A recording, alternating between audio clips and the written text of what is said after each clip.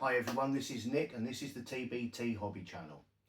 I'm a child of the 70s. Born in 71, I grew up watching Tomorrow's World knowing that by the year 2000 we'd all have a robot, we'd be living on the moon and eating pills instead of a full meal.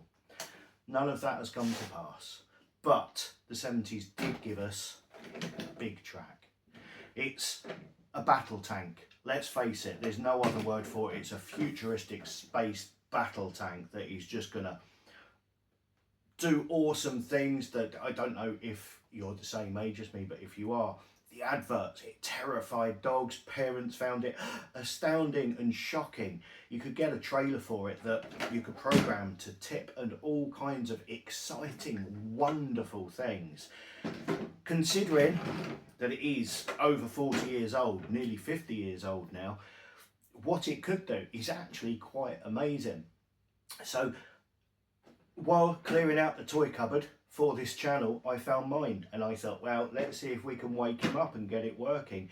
This is a re-release, okay? My original one was broken by my brother, Joby, thank you. When he was a baby, he threw it out of his cot and it broke. I was devastated. Nevertheless, we've got one here today. The re-release is very similar. The only differences are really, you've got a little hole there to put the trailer into. There's nothing inside there. You can't fit a trailer into it. They didn't re-release the trailer. Also, on the original, this part came off and a 9-volt battery went in there for the brain and the motor batteries went underneath. In the re-release, the motor batteries should work everything. Now, I haven't tested it. It's going to be exciting. It hasn't been used since, 5 minutes after I got it. Let's face it, I mean, they re-released it. I think I got this one for a £5 from Argos. Basically because they re-released it into an age where the nostalgic old farts like us, yeah, we bought them, remembered how cat they were. And youngsters didn't really want one. It's like, oh, that's hardware. What do I want that for? I've got a computer game. It actually works. But we shall carry on regardless. Now, it takes 3 D cells. I've got some D cells. They are brand new, so they should work. I'm going to turn him over now. He doesn't mind being turned over. We've calmed him down before this, so it's not going to upset him. Not going to traumatise him at all. I'll get access to the battery tray. While I'm doing this, good opportunity to ask you, please like and subscribe the channel. It's a new channel.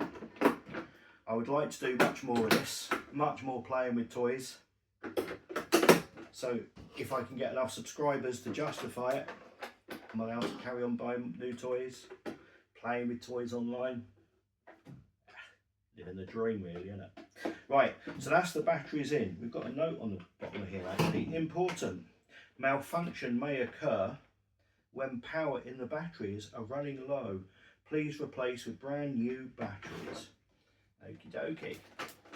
Now, I've got an on and off switch. This is the moment of truth. This could be a very short video.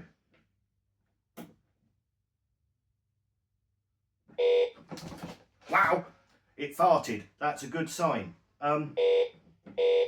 Right, now, I'm going to have to remember how this works. We've got a control pad on here, and what essentially we've got is forwards, backwards, left and right. The forwards and backwards, chill your beans, love, turn them off for a second. The forwards and backwards, I believe, and we shall test the theory in a moment, you press forwards and then a number. The number that you press corresponds to revolutions of the wheel. Okay, so 1 revolution of the wheel is 1, 2 is 2, etc. And I believe that the left and right are spinning and are done in degrees, so 360 is a full turn.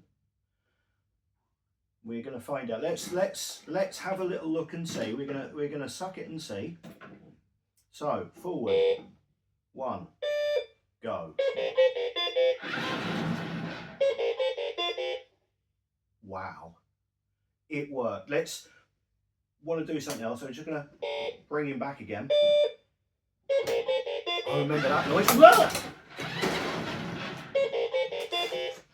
Okay, now What have we learnt from that, apart from the fact that I looked daft and I panicked? We have learnt that he has remembered his one forwards from last time, simply added one back as well.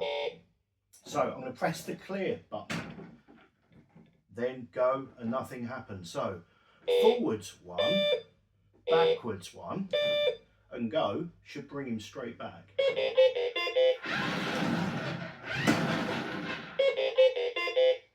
That's great. Now, let's try. First of all, we'll clear the memory. Don't forget to clear the memory. We're going to go forwards 1. We're going to try and spin around 180 degrees. We can't spin around 180 degrees. Okay, let's find out. It's not 360 degrees. So if we turn to the right by a factor of 5, what happens? 10, 15, 20. So maybe 40 is a complete circle. Let's test that theory. Go that way, 40. No, it isn't 40. It is going to be 40 divided by 3 times 4 and a bit. So 40 divided, so it's 13, 39, 40, oh, 39, 42, 52. So we're going to try 53. So that is where the laser is pointing. Turn 53, go.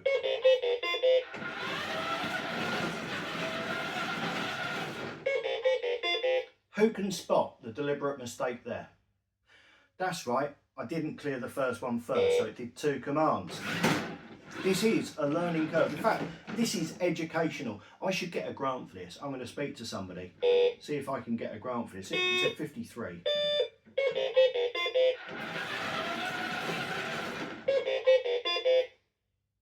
Now we're going to try 55.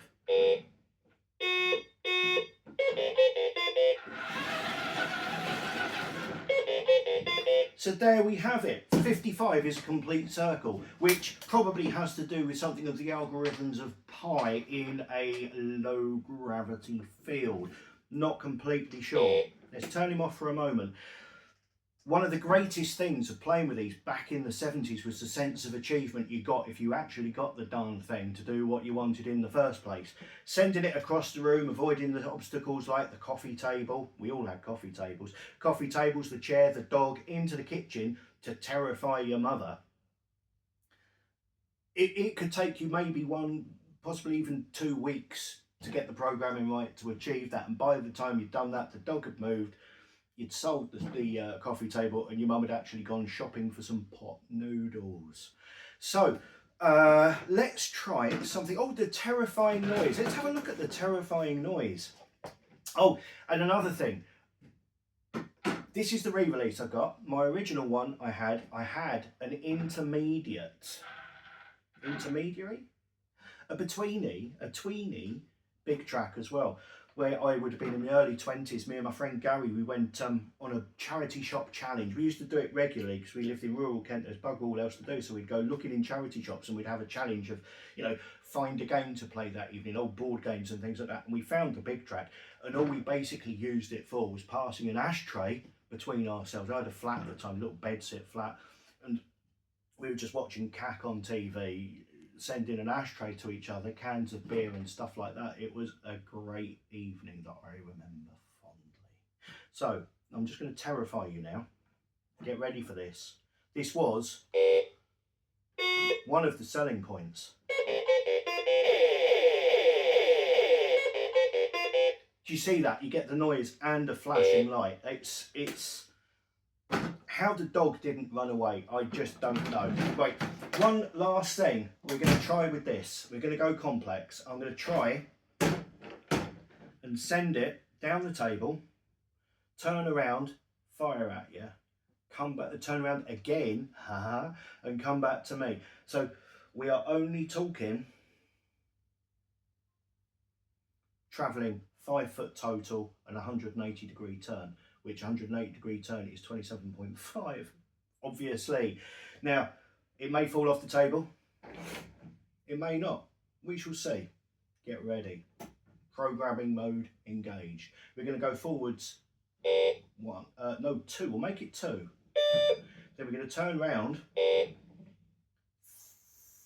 13, 14. Then we're going to fire 5 times. Then we're going to turn round 13. Then we're going to come back to me with 2 lengths. Let's go.